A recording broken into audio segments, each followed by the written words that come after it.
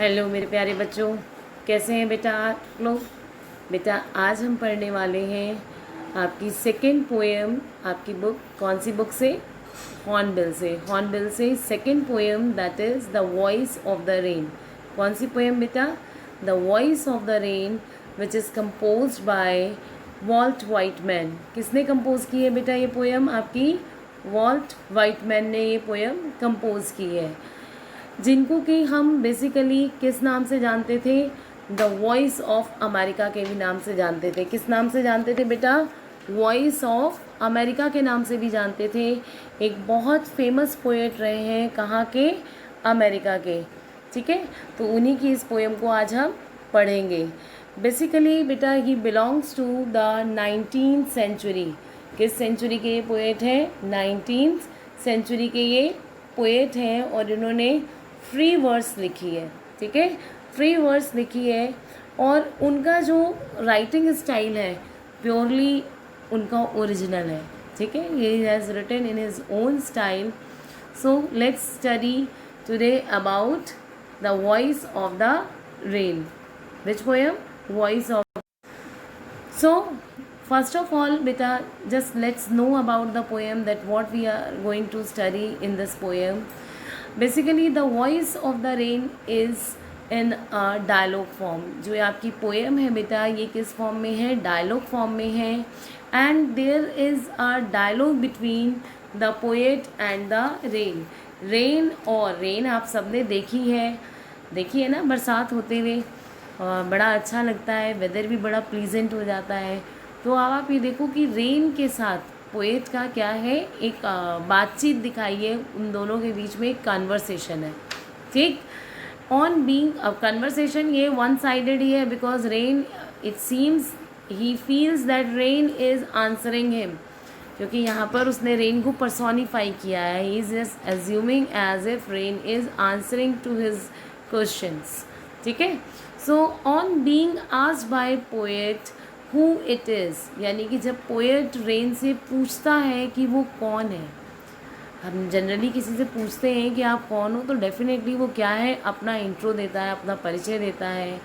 तो यहाँ पर भी द पोएट हैज़, यहाँ पर क्या है बेटा? The poet has asked a question to rain. Rain से उसने एक क्वेश्चन किया है। क्या क्वेश्चन किया है? दैट who it is, कौन है वो। And the rain discloses it's identity, और रेन क्या है, अपनी आइडेंटिटी को, अपने परिचय को देती है। Basically what he it replies. यहाँ पर देखो रेन, हम जानते हैं कि रेन कोई वर्बली बोलने वाली नहीं है, लेकिन ये भी अजम्पशन है कि यहाँ पर पोएट ये फील कर रहा है कि रेन ने उसको क्या आंसर दिया, कि that rain is answering that it is the song of the अर्थ, कि ये पृथ्वी का गीत है। रेन बोली नहीं है, लेकिन ऐसा एज्यूम कर रहा है, पोएट फील कर रहा है कि उसने अपनी ही भाषा में वो जो टिप टिप टिप करके बारिश हो रही है उस फॉर्म में। जैसे आपने देखा होगा कि कभी कभी हमारे घर में हमारा पेट होता है और अब वो हमसे बार्क करता है, भौंकता है, और हमें लगता है कि देखो हमसे खाना मांग रहा है। वो आपसे, आपकी लैंग्वेज में ये थोड़ी ना कह रहा है कि मुझे खाना दे दो, वो अपनी ही लैंग्वेज में बोलता है। ठीक है ना, अगर कैट है तो वो म्यू करेगी, काऊ है वो मूव करेगी, और वो अपनी ही लैंग्वेज में they will demand for you can से फूड और वट एवर। इफ़ अगर आपकी कोई एक्टिविटी उनको अच्छी नहीं लग रही है तो वो डेफिनेटली इरिटेट होते हैं, वो अपने गुस्से को भी, अपने एंगर को भी शो करते हैं। तो they use to show that in their own language. So in the same way rain is also answering in its own language. ठीक है, and the poet is understanding that answer. Poet को लग रहा है कि जो क्वेश्चन उसने पूछा था वो उसका आंसर उसको मिल रहा है, उसका आंसर उसको आ रहा है। ठीक है, so what the poet is saying, कि पोएट ने जब क्वेश्चन पूछा रेन से तो क्या आंसर आया? What the answer is that the rain is disclosing about it's identity and it reveals its origin and growth. यानी कि रेन जो है बताती है कि बेसिकली वो ओरिजिनली कहाँ से आई है, और उसकी ग्रोथ, वो उसका जो डेवलपमेंट है वो कैसे हुआ है. It explained its course from the sea to the sky and back through 3 stages of evaporation. It means बेटा ये जो रेन है, इसमें पोइट क्या एक्सप्लेन कर रहा है, उसने इस बताया है कि हाउ रेन जस्ट स्टार्ट्स इस जर्नी फ्रॉम सी. समुद्र से उसकी यात्रा शुरू होती है जब वो इवापोरेट करती है, ऊपर स्काई में जाती है, and there that condensation process take place. अब evaporation is a process in which that liquid converts into gaseous form. वो किसमें, गैशियस फॉर्म में कन्वर्ट होता है. And up in the sky the condensation process take place, जिसमें क्या होता है that in condensation that gaseous form converted into liquid. वो किस में कन्वर्ट हो जाता है, लिक्विड में. And then the third stage comes that is precipitation. Precipitation में क्या होता है बेटा, that is precipitation is falling water, यानी कि जो ऊपर से रेन के रूप में पानी गिरता है, that terms is known as precipitation. ठीक है, तो आपने रेन की यही प्रोसेस आपने देखा होगा that initially it starts from sea और रिवर और any water bodies from where evaporation take place, and after that it just take place come into the liquid form, that condensation take place, and later on precipitation, which is the falling of the water. And when it falls on the earth, जब ये धरती पे आती है, जब धरती पे गिरती है, it provides relief to the thirsty, यानी जितने प्यासे लोग हैं, चाहे प्यासी धरती है, ये सूखी ज़मीन है, जो पेड़ पौधे बिल्कुल सूखे पड़े हैं, ये उनको क्या करती है, बिल्कुल हरा भरा कर देती है. ठीक है, it removes the spells of drought and it settles dust all over. आपने देखा होगा कि जब बारिश होती है तो जो उड़ रही धूल है वो क्या है, एक जगह सेट हो जाती है, जम जाती है. What is of significance is that it is similar to a song that comes out from its birthplace and moves around and then come back to its birthplace. अभी उसने क्या कहा है, ये बिल्कुल एक गीत की तरह से है. जैसे एक गाना जहाँ से शुरू होता है, जिस धुन से शुरू होता है, वो वहीं पे आकर फिर ख़त्म होता है. इन द सेम वे रेन कहाँ से स्टार्ट हुई थी, अर्थ से स्टार्ट हुई थी, और वो वापस कहाँ, अपने उसी ओरिजिन प्लेस पे, अपने बर्थ प्लेस पर फिर आकर ख़त्म होती है. यानी उसकी जर्नी कहाँ से स्टार्ट होती है, अर्थ से, and again it come to the earth and just its journey ends there. और एंड क्या होती है बेटा, ये जो आपका साइकिल है, ये जो रोटेशन है, ये चलता रहता है. Then again it begins its journey from here to sky, and again it falls on earth. So the same you can say cycle continues. Okay, तो हम इसी के बारे में पोएम में पढ़ेंगे. So let's start the poem. So, and who art thou, said I to the soft falling shower, which strange to tell gave me an answer as here translated. Now the poet is saying that he is asking here a question to rain. What he is asking the question? Who art thou? Thou means you. तुम कौन हो? Said I, मैंने कहा. Here I is just denoting to the poet because he is narrating the situation. Said I to the soft falling shower.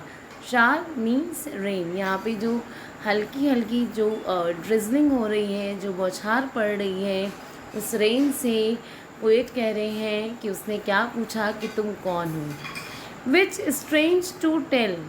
Now the poet is saying this is really very strange to explain. What thing is really very strange to tell that situation, कि उसने कैसे उसने मुझे answer दिया. gave me an answer as here translated. It means whatever rain has answered to the poet, that line is being translated here by the poet because rain has answered in its own language. क्योंकि rain ने तो अपनी answer अपनी language में जवाब दिया है ना बेटा, उसने अपनी लैंग्वेज में पोएट को जो उसने क्वेश्चन पूछा तुम कौन हो उसका जवाब दिया है। अब पोएट उसने जो कुछ भी रेन ने जो उसे बताया उस बात को यहाँ पर हमारे लिए वो उसे ट्रांसलेट कर रहा है। So what was the answer of the rain? That I am the poem of earth. अभी देखो इस स्टेंजा में जो फर्स्ट लाइन में आई है that is denoting to the poet. Now here, because now answer is being given here, so this answer is from rain side, so this I stands for rain. I am the poem of the earth, said the voice of the rain. अब voice of the rain ने क्या answer किया कि मैं कौन हूँ? मैं पृथ्वी का गीत हूँ। I am the poem of the earth, I am the song of the earth. Eternal I rise, impalpable, out of the land and the bottomless sea. अब पोएट क्या बता रहे हैं कि रेन ने क्या आंसर किया है बेटा? रेन क्या आंसर कर रही है उसको उन्होंने। So here the poet is saying what? That the rain is answering that it is eternal. It means it is eternal means eternal I rise. यानी कि पोएट क्या कह रही है कि वे उस जगह से उत्पन्न होती है, वहाँ से उठती है, वहाँ से ऊपर जाती है जिसका कोई अंत नहीं है। यानी कि from the bottom of the sea, उस अनंत अथाह सागर के जिसका कोई अंत नहीं है, जिसकी कोई डेप्थ मेज़र नहीं हो सकती। Impalpable out of the land, it means यहाँ पे देखो बेटा, अगर हम बात करें कि जो रेन है वो कहाँ से निकलती है, कहाँ से आती है, बिल्कुल बॉटम से आती है। और इम्पैल्पेबल का मतलब क्या होता है बेटा? Something that can not be touched. यानी कि आपने देखा होगा अगर हम समुद्र की बहुत डेप्थ में जाएं, बहुत गहराई है जिस तक कोई पहुंच भी नहीं सकता, और जो रेन है वो उस डेप्थ से निकल कर आती है, ठीक है ना, उस धरती की उस गहराई से निकल कर आती है। यानी कि चाहे वो सागर है चाहे वो धरती है, धरती में भी आपने देखा होगा जब बारिश होती है तो वो जो वाटर ड्रॉप्स हैं वो एब्जॉर्ब कहाँ होती हैं? अर्थ, और वो अर्थ में बिल्कुल डेप्थ तक चली जाती हैं, ठीक है। तो यानी eternal without any end, impalpable where no one can reach to that end. समझ में आया बेटा? यानी कि धरती के, लैंड के उस डेप्थ में वो छिपी होती है और वो वहाँ से अपनी जर्नी स्टार्ट करती है, वहाँ से राइज होती है। एंड और कहाँ से होती है? एंड फ्रॉम द बॉटमलेस सी, यानी कि बिल्कुल सी की डेप्थ से, जिसका कोई बॉटम नहीं है, जिसका कोई अंत नहीं है, जिसका कोई था नहीं है, ठीक है। कहाँ वो अपनी जर्नी स्टार्ट करती है? अपवर्ड टू हेवन, ऊपर, हेवन स्वर्ग की तरफ, आसमान की तरफ, स्काई की तरफ। Here heaven stands for sky, ठीक है। हम हेवन स्वर्ग को कहते हैं, but here it stands for sky, और वैसे भी that is upwards, it is denoting to the upwards. Whence, whence means where, vaguely formed all together, changed and yet the same. अब देखो यहाँ पर क्या कह रहे हैं पोएट कि वहाँ पर वो चेंज हो जाती है, ऊपर जाकर जो उसका स्वरूप है बेटा वो क्या हो जाता है? चेंज हो जाता है। वैगली मीन्स नॉट प्रॉपरली, पूरी तरीके से। अब आपने देखा होगा जब रेन है नीचे से ऊपर जा रही है तो वो क्या है? इवेपोरेशन है, वो भाप बन के जा रही है, गैशियस फॉर्म में जा रही है। ऊपर जाके स्काई में क्या होता है? कंडेंसेशन होता है। तो वहाँ पे कंडेंसेशन में क्या है? वो जो गैस है वो किस में टर्न हो रही है? लिक्विड में। एंड देन प्रेसिपिटेशन होता है, तो उसमें क्या होता है? वो वापस रेन ड्रॉप्स में कन्वर्ट हो जाती है, लिक्विड जो है नीचे आ रहा है। तो यहाँ पर वो कह रहे हैं कि वो गैशियस फॉर्म से लिक्विड फॉर्म में चेंज होती है वहाँ पर, जो कि किसी को प्रॉपरली क्लियर नहीं होता है। कैसे? कब आप बर्फ़ जमाते हो, फ्रिज में आप रखते हो, लेकिन वो आइस में कैसे कन्वर्ट हो रहा है आपको पता नहीं चलता ना प्रोसेस। आप बस देख रहे हो कि स्लोली वो कन्वर्ट हो रहा है, but how that process is being taken place you can not understand, कि भाई समझ नहीं पाते कि एकदम से कैसे कन्वर्ट हो गया। या तो उसकी दो ही स्टेज है, या इधर दैट इज़ आइस और इट इज़ वाटर, लेकिन वो एक ऑटोमेटिकली जो चेंजिंग हो रहा है जो कि हमें क्लियर नहीं हो पाता। तो यहाँ पे भी इवापोरेशन से कंडेंसेशन जो होता है दैट इज़ नॉट क्लियर, है ना। ऑटोमेटिकली वो प्रोसेस हो जाता है, बस हमें दिखता है कि हाँ वो गैस से किस में कन्वर्ट हो गई, लिक्विड में, लेकिन फिर भी that is going to be the same, यानी कि वो रहती तो वाटर फॉर्म में ही है। चाहे वो गैस है तो भी वो वाटर है, चाहे वो जैसे कह सकते हैं कि वाटर है तो भी वाटर है। ठीक है, आपने देखा होगा फॉग होता है कई बार, तो वो फॉग भी क्या है, कंडेंसेशन ही है एक तरीके से। ठीक है, कि वो हमारा लिक्विड फॉर्म में कन्वर्ट हुआ होता है, जो इवापोरेट होके जो भी गैशियस फॉर्म गई है। तो यहाँ पर पोएट क्या कह रहे हैं, that when it goes upwards in form of evaporation gradually it turn into what, liquid, and then again it starts its journey back to the earth and it remain the same, it is going to be same form water, वो रहेगी तो ultimately क्या, water. ठीक है, so let's move ahead. I descend to leave the dross atomies, dust layers of the globe. Now again here I stands for rain.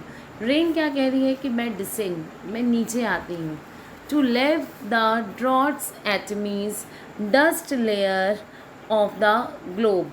अब वो poet क्या बता रहे हैं कि रेन क्या कह रही है कि वो लेव मीन्स धोना, उसको ज़मीन को नहलाने के लिए आती है, उसको वॉश करने के लिए आती है। ड्रॉट जो सूखे पड़े हुए हैं कण, जो सूखी धरती पड़ी हुई है, उसको क्या करने के लिए आती है, ये धोने के लिए आती है, उसको गीला करने के लिए आती है, जो स्मॉल पार्टिकल्स हैं। ठीक है, then dust layers of globe, globe या again it is denoting to earth और you can say to world. जो ग्लोब है, जो अर्थ है, to whole world you can say, ये पूरे विश्व को क्या करने आती है, उसको लेव, उसको धोने के लिए आती है, गीला करने के लिए आती है। And all that in them without me word seeds only latent unborn. अब पोएट क्या कह रहे हैं कि रेन क्या कहती है कि उस ज़मीन पे जब वो नीचे आई है तो वहाँ नीचे ज़मीन पे क्या है बेटा, जो बीज थे ज़मीन के अंदर छुपे हुए हैं, अनबॉर्न है, लेटेंट है, हिडन है। ठीक है, उनको वो क्या करती है, आपने देखा होगा कि अगर बरसात नहीं होगी तो कोई भी सीड क्या है, प्लांट की शेप में आ ही नहीं पाएगा, वो छुपा ही रह जाएगा। वो स्प्राउट कब होता है, जब रेन आती है और वो फिर छुपे ज़मीन से निकलकर बाहर पौधे के रूप में आ जाता है, ऐसा ही होता है ना। तो यहाँ पे भी वो क्या कह रहे हैं कि पोएट कह रही है एंड ऑल दैट, वो सारी चीज़ें इन देम, जो कि धरती में, पृथ्वी में छिपी हुई हैं, without me word seeds only, अगर मैं नहीं आऊँगी यानी कि बरसात नहीं होगी तो वो बीज ही रह जाएंगे, छिपे हुए ही रह जाएंगे, अजन्मे रह जाएंगे, यानी कि वो प्लांट के रूप में नहीं आ पाएंगे बाहर। And for ever by day and night, और हमेशा दिन और रात, I give back life to my own origin, मैं जीवन देती हूँ टू माई ओन ओरिजिन, जहाँ से मैं जन्म लेती हूँ। अच्छा, रेन कहाँ से स्टार्ट होती है बेटा, रेन कहाँ पैदा होती है, ये कहाँ से बिगिन होती है, बताओ यूएस, ये बिल्कुल मैंने बताया था फ्रॉम द इम्पाल्पेबल लैंड, यानी कि वो कॉर्नर जहाँ कोई टच नहीं कर सकता, उस डेप्थ से, impalpable depth of that land, समझ में आया, वहाँ से ये जन्मती है और वापस कहाँ अपनी जर्नी स्टार्ट कर देती है। तो यहाँ पे ऊपर से स्काई से फिर कहाँ आ चुकी है, डिसेंड हो चुकी है अपने ओरिजिन, जहाँ से ये जन्मी थी, जहाँ से इसने अपनी जर्नी स्टार्ट की थी। And make pure and beautify it, और यहाँ इट किसके लिए आया है, वर्ल्ड के लिए। तो उसको प्योर करने के लिए, उसको ब्यूटीफाई करने के लिए वो वापस कहाँ आ जाती है, धरती पे, लैंड पे। For song issuing from its birth place, एक गीत की तरह जो अपने उद्गम से, अपने ओरिजिन प्लेस से, अपने बर्थ प्लेस से स्टार्ट होता है, and after fulfilment wandering reck'd और unreck'd duly with love returns. Now what the poet is saying here, so the poet is saying that it is coming back to its origin place after fulfilling, after completing its task. इसका task क्या है, इसका work क्या है, इस धरती की प्यास को बुझाना, इस धरती को हरा भरा रखना, उसको जिसे कह सकते हैं जो बीज छिपे हुए हैं इसमें, उनको अनबॉर्न सीड्स को एक नया जीवन देना। तो ये सारे काम वो अपने बर्थ प्लेस पर आकर करती है, और अपना ये काम पूरा करने के बाद वो वापस क्या है, आप ये कहो कि वो बहुत प्यार से या इग्नोर्ड होके वो वापस उसी तरह से ड्यूली विद लव रिटर्न्स, यानी कि फिर से इवेपोरेट होकर ऊपर चली जाती है, ठीक है, जहाँ से वो फिर उसका कंडेंसेशन होगा, प्रेसिपिटेशन होगा, and then it is going to come back again on the earth.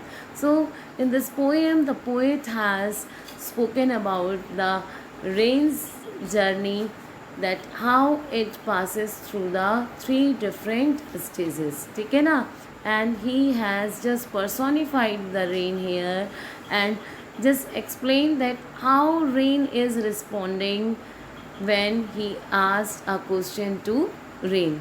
So I hope कि आपको बेटा ये पोएम समझ में आ गई होगी। So beta, now let's discuss some extract based question answer from the first stanza, and who are two voice of the rain. The first question is name of the poem and the poet. This is known to you.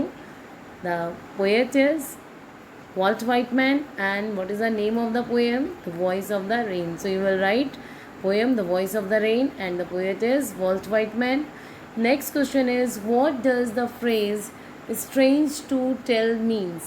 What does the phrase strange to tell means?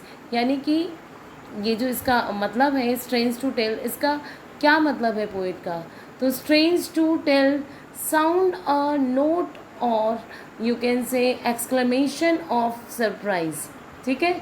The poet had not expected to get an answer from the rain. So he is you are understanding this now? It means the poet is saying this strange to tell because the poet is not expecting any answer from rain. So he is saying that it is really very strange to tell. Okay, समझ में आ गया? Next, why does the rain call herself the poem of the earth? जो rain है अपने आप को poem of the earth क्यों कह रही है, ठीक है ना। तो the rain has its birth place in the river bodies and seas on the earth, and it is a lovely and musical song of the earth, क्योंकि वो यहीं से जन्मी है, यहीं से जिसे कह सकते हैं इसका जन्म हुआ है, यहीं से शुरू हुई है, तो इसीलिए ये अपने आप को किससे, अर्थ से एसोशिएट कर रही है, और इसने अपने आप को धरती का गीत कहा है। Now from the next stanza, the next that is second stanza is eternal to unborn, ठीक है। So from here the first question is there are 2 voices in the poem, who do they belong to, यानी कि इस poem में 2 voices हैं, 2 voices are there in this poem, और वो voices किसको belong करती हैं? So there are 2 voices in the poem and they belong to rain and the poet, यानी कि एक वॉइस किसकी है, पोएट की, और अनदर किसकी है इसमें, क्योंकि रेन आंसर कर रही है तो another voice is of rain. How does the rain narrate the story of her birth and function, यानी कि रेन ने अपने बर्थ की स्टोरी को कैसे डिनोट किया है और इसके फंक्शन को किस तरह से बताया है। तो बट ऑब्वियसली इसने बताया है that it starts it take from the, you can say, eternal, or you can say impalpable, uh, bottomless sea, and it gradually moves upwards towards heaven, and there it takes, you can say, it changes its shape, and again it come back on the earth. So it means the three stages: from it evaporates from here, and then it condensation take place, and after that converting into liquid, precipitation take place, and it falls on the earth in form of water. तो ये आपको बताना है इसमें. What impression do you form about the speaker, यानी कि speaker के बारे में इसमें आपको क्या इम्प्रेशन मिल रहा है. So now next question is what impression do you form about the speaker. So here the speaker is rain which is speaking with pride and just self praising itself and saying that how it is a boon for earth, as it just make it green, as it just make it, you can say, clean, as well as you can say it is giving a new life to earth. So it is just showing its importance, that how it is, you can say, how it is a life and a boon for earth, and without rain everything is going to dry and die. सब चीज़ें सूख जाएंगी और ख़त्म हो जाएंगी. So it is speaking about itself with pride that it is life, it is song, as well as it is a boon for the earth. Okay, now let's move to the next stanza. So the next stanza is and forever to love return. Here the first question is how is the cyclic movement of rain brought out in the poem. So the poem gives us a clear picture of how the clouds are formed and how they dissolve into water again. Is this clear? And they have a short life span. तो किस तरह से जो पानी है, किस तरह से इसमें क्या बताया है बेटा, कि किस तरह से जो आपके बादल हैं वो किस में कन्वर्ट हो जाते हैं, पानी में, और किस तरह से ये धरती से इवेपोरेट होके बादल बनते हैं, और बादल से किस में कन्वर्ट हो जाते हैं, रेन में. ठीक है. So next question is what is the significance of the word song here, यानी कि song word का क्या महत्व है यहाँ पे. So the word song refer to the musical sound which can be heard when the rain falls on different surfaces on the earth. यानी कि आपने देखा है जब बारिश होती है तो एक अलग सा साउंड आता है ना, उसकी रूफ पे जब वो टैपिंग साउंड आपने देखा होगा. So that is denoting to the song here, यानी क्योंकि एक म्यूज़िकल साउंड रहता है. So that's why the significance of the word song is here, because it denotes to the music during the rain. When rain comes and it just shower and it falls on the surfaces of the earth, then it produces music. That is being shown here. How does, next question is how does the rain benefit the earth, यानी कि rain जो है अर्थ के लिए beneficial किस तरह से है. So the rain is you can say really beneficial for the earth, as it cleans, purifies the water. You can say it cleans and purifies the earth, it makes it bright, it makes it green, and moreover it gives a new life and beauty to the earth. ठीक है, क्योंकि ये एक नया जीवन देती है और सुंदरता प्रदान करती है किसको, अर्थ को. तो I hope that you all get the poem properly. आप सबको समझ में आ गया होगा. And if there is any doubt you can बेटा ask me personally, or you can just drop your queries in the WhatsApp group also. बेटा किसी तरह की कोई भी प्रॉब्लम है तो आप मुझे कॉल करके भी पूछ सकते हैं, लेकिन अपनी क्वेरीज़ को इसी तरह से नहीं रखेंगे. That must be solve. वो हमेशा आप ये दिमाग में रखें, अपनी बात में रखें, that your teachers are always with you and for you. ठीक है? So thank you, have a good day, keep learning, keep studying properly.